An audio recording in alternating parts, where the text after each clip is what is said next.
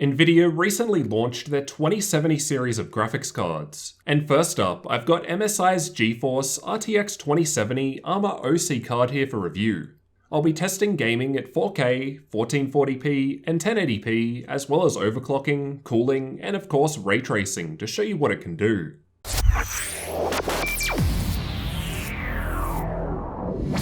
Let's start by taking a look at the card. Overall, it's got a black and white design, so pretty color neutral and should fit in well with most builds. There are two double ball bearing fans on the front, metal backplate with MSI logo on the back, and 8 and 6 pin power connectors on top. It's worth noting the absence of NVLink here too, as the 2070 does not support SLI. There's also some RGB lighting on the top, which shines through the MSI logo, and this can be controlled using MSI's Mystic LightSync software. There are 5 different effects and colors can be modified. Otherwise, there's no other lighting elsewhere on the card. For the I/O, there's 3 DisplayPort 1.4 outputs, a single HDMI 2.0B output, and 1 USB Type-C port, allowing for up to 4 displays at once. The card isn't too big, at 309mm by 155mm by 50mm. It should fit in most cases, and weighs under 1.2 kilos. Here are the specs of this particular 2070 card. As it's the OC model, it comes overclocked out of the box. It's got the same base clock as the reference model, but a 120MHz higher boost clock, and we'll see how much further we can go with manual overclocking later. Like other RTX cards, the 2070 also makes use of GDDR6 memory, and there's 8GB available here. The system that I'm testing with has an AMD Ryzen 2700X CPU in an MSI X470 Gaming Pro Carbon motherboard running at stock speeds, along with 16GB of T-Force Nighthawk CL16 memory running at DDR4 3200 in dual channel. Check the links in the description for details on the other components as well as for up-to-date pricing. First up, let's check out Battlefield 5, a game that actually supports Nvidia's new ray tracing, one of the key selling points of these RTX cards. For comparison, I've also got results with RTX on and off, and testing was done in campaign mode rather than multiplayer. Starting at 1080p, I've got the RTX on results in green, and we can see that the average frame rates are around half as much compared to running with RTX disabled. RTX was dropping the performance noticeably. However, despite this, it was still playable at medium and low settings. At 1440p, with RTX on, it was still playable at the lower setting levels, with low settings still able to average 60fps, with the 1% low not too far behind the average. Meanwhile, with RTX off, the game was still playing fairly smoothly comparatively at ultra settings. 4K with RTX on is a write-off with the 2070 in this game, but still playable without RTX at the lower levels. Granted, it really depends on the frame rates you're targeting. I can happily play with 60fps in this game, but I'm sure others would want higher. Fortnite was tested using the replay feature, and at 1080p, as expected, we're seeing very high frame rates even at epic settings, which provided perfectly smooth gameplay. At 1440p, we're still able to average around 100fps at epic settings, which still played very well for me without issue. 4K was still playable, but you'll want to use medium or low settings, which was still able to average above 100fps in my test. Shadow of the Tomb Raider was tested using the built-in benchmark, and starting off at 1080p, we're getting nice frame rates at all setting levels. Moving up to 1440p, frame rates drop back a bit, but we're still able to average above 60fps with the highest setting preset. At 4K, the frame rates drop back quite a lot, although we're still able to average above 60fps in this test at the lowest settings.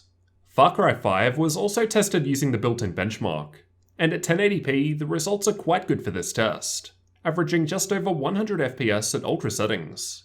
At 1440p, the frame rates are still pretty good for this game. Even at ultra settings, the 1% low was above 60fps. At 4K though, we're not quite able to average 60fps at low settings, and there's not too much difference between the settings with my hardware configuration.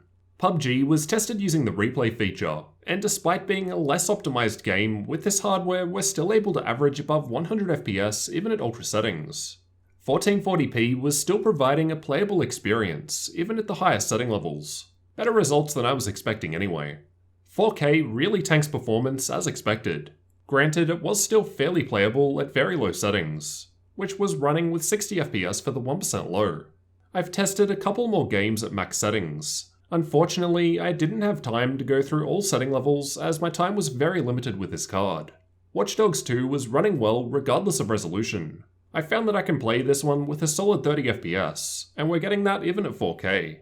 Likewise, Assassin's Creed Odyssey was only tested at maximum settings, and despite the crazy settings, the results at 1440p and 1080p aren't too bad, though a bit low at 4K for this game I think.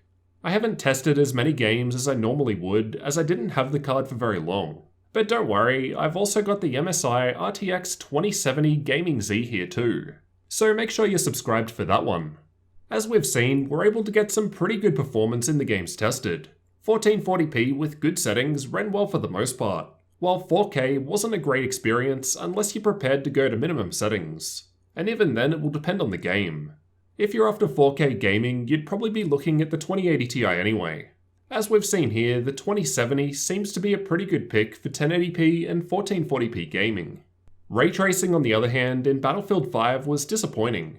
Hopefully performance will improve in the future as it's still a new technology, but the entry-level RTX 2070 is only giving us playable performance at 1080p and 1440p with medium or low settings, and that's assuming you're not after high frame rates, which are generally beneficial in games like this. For overclocking, I only had time to retest one game, and I chose Far Cry 5. I was able to overclock the GPU core by 80 MHz and the memory by 400 MHz, although I didn't spend too long tweaking the memory. This wasn't that much extra, but keep in mind it's already overclocked out of the box. I've retested at ultra settings, which should be more GPU demanding, and at 1080p there's a 2.5% improvement to the average frame rate with the overclock applied, a 4.2% improvement at 1440p, and a 6.1% improvement at 4K. Better results at higher resolutions as we become less CPU bound.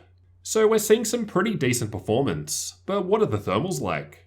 These are the temperatures I measured with the Heaven benchmark using hardware info with an ambient room temperature of 21 degrees Celsius. It wasn't getting that hot in my testing, and even with the 80 MHz core overclock applied, it was only a little warmer. It was fairly cool at idle, considering the fans weren't spinning at all. They don't even spin up until it reaches 60 degrees Celsius. Just for fun, here's how the backplate looked after 30 minutes of stress tests running, getting to around the 60 degrees Celsius mark. I've got the average and peak clock speeds while running these tests here, and with the overclock applied, I was able to average around 160 MHz above the stock speed by increasing the core clock by 80 MHz and increasing the power limit to 114% using MSI Afterburner. These are the average and peak fan speeds measured with hardware info under the same tests as the temperatures just shown. I wasn't able to adjust them using MSI's Afterburner though. Anyway, here's how they sounded during these tests.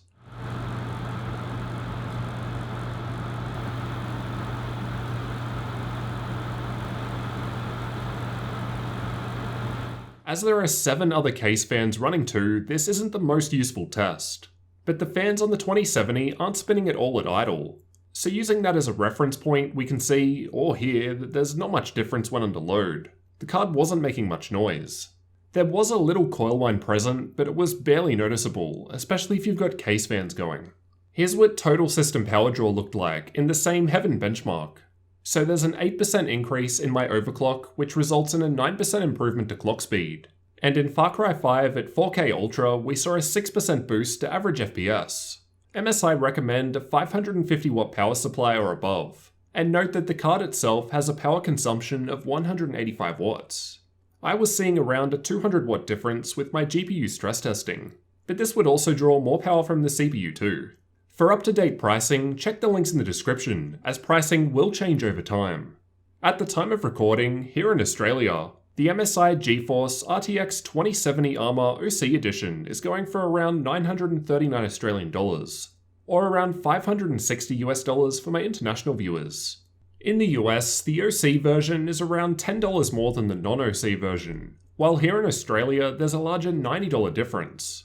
I haven't tested the non-OC version, but I suspect that the non-OC version may be better value here in Australia for that price difference if you're fine with manually overclocking. In the US, with that $10 gap, I'd probably just get the overclocked card. In conclusion, MSI's RTX 2070 Armor OC graphics card seems to be well suited to 1080p and 1440p gaming. But if you're after 4K gaming or actually getting good frame rates with ray tracing outside of low settings at 1080p, you may need to look at a 2080 or 2080 Ti instead. So what did you guys think of MSI's RTX 2070 Armor OC graphics card? Be sure to let me know your thoughts down in the comments and leave a like on the video if you found it useful. Thanks for watching, and don't forget to subscribe for more GPU testing, including MSI's RTX 2070 Gaming Z and 2080 Ti Gaming X Trio.